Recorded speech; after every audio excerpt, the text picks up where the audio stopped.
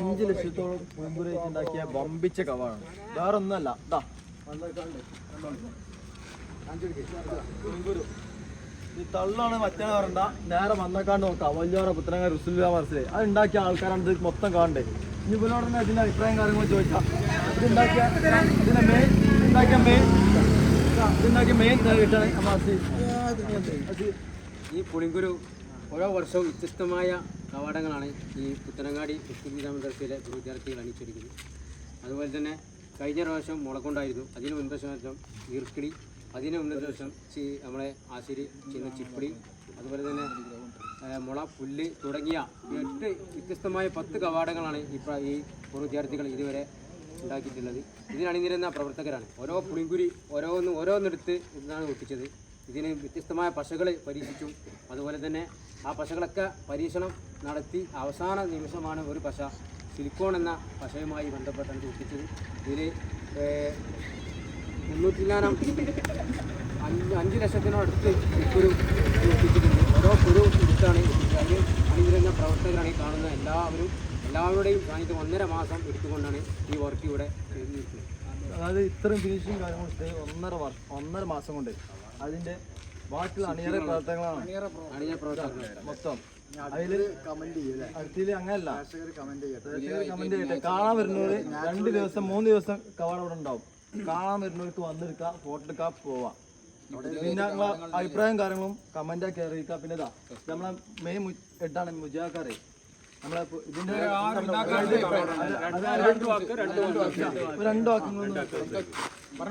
പ്രത്യേകിച്ചൊന്നും പറയാനില്ല. അടുത്ത പ്രാവശ്യം അസീസ് പറഞ്ഞത് മഞ്ചാടി ഒരു 2-3 ലക്ഷം മഞ്ചാടി കുരു കൊണ്ട് ഉണ്ടാക്കണം എന്നാണ് പറഞ്ഞത്. ഇൻഷാല്ലാ പറ്റുകയാണെന്നുണ്ടെങ്കിൽ ചെയ്യാലേ.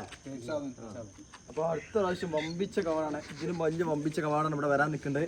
വേറെ ഒന്നുമല്ല, ഇതാ അതായത് ഇത്ര ആൾക്കാർ കൂടിക്കൊണ്ട് ഈ ഒരു കവാടം ഉണ്ടാക്കിയത്. അതായത് ഇതാ നമ്മുടെ എല്ലാവരും ഉണ്ട്. ആരും പേരെടുത്ത് പറയാൻ നമ്മൾ ആഗ്രഹിക്കുന്നില്ല. കാരണം എല്ലാവരും, അതുപോലെ പ്രവാസികള് എല്ലാവരും, സാമ്പത്തിക സഹായം എല്ലാവരും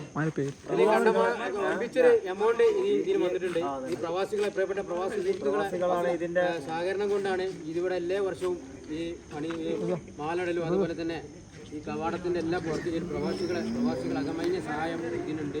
അവർക്ക് എല്ലാവിധ സർവത്വം നല്ലത് കൊടുക്കട്ടെ എന്ന് ആത്മാർത്ഥമായി ഈ അവസരത്തിൽ പ്രാർത്ഥിക്കുകയാണ്. പിന്നെ ഈ എല്ലാവരും അണിനിരുന്ന സഹപ്രവർത്തകർക്ക്, ഇതിനെ ശില്പികളായ എല്ലാവർക്കും നന്ദി രേഖപ്പെടുത്തുന്നു.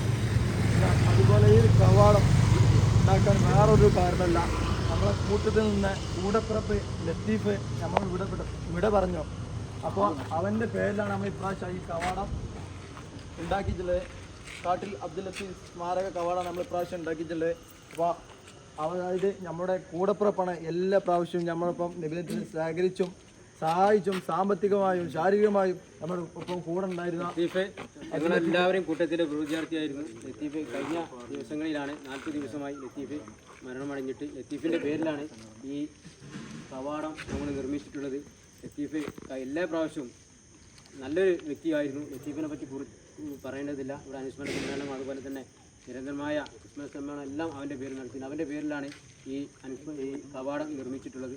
അതുപോലെ തന്നെ ഇതിന് നഗരിയിലേക്ക് AK അബൂജിയാണ് കഴിഞ്ഞ ദിവസങ്ങളിൽ മരണപ്പെട്ട പ്രിയപ്പെട്ട AK അബൂജിൻ്റെ നഗരി അറിയപ്പെടുന്നത്.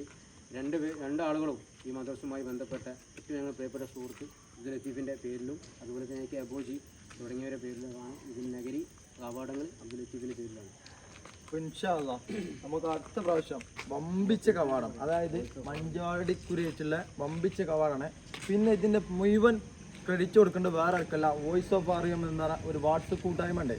ആ കൂട്ടായ്മയാണ് പൂർവ്വ വിദ്യാർത്ഥി മദ്രസയിൽ പഠിച്ച പൂർവ്വ വിദ്യാർത്ഥികൾക്കാണ് അതിന് മുഴുവൻ ക്രെഡിറ്റ് കൊടുക്കേണ്ടത്. കാരണം അകമൊഴിഞ്ഞ സഹായം അവരെ കൊണ്ട് കഴിയുന്ന മാക്സിമം അവർ ശേഖരിച്ചും സഹായിച്ചും സാമ്പത്തികമായിട്ടും എല്ലാം നമ്മളോടൊപ്പം ഒത്തുചേർന്ന നമ്മുടെ പ്രവാസി സുഹൃത്തുക്കൾ എല്ലാവർക്കും ഒറ്റ വാക്കിൽ നന്ദി പറഞ്ഞുകൊണ്ട് അപ്പോൾ ഇനിയും നല്ലൊരു വീഡിയോയുമായി നമുക്ക് കാണാം. Good bye.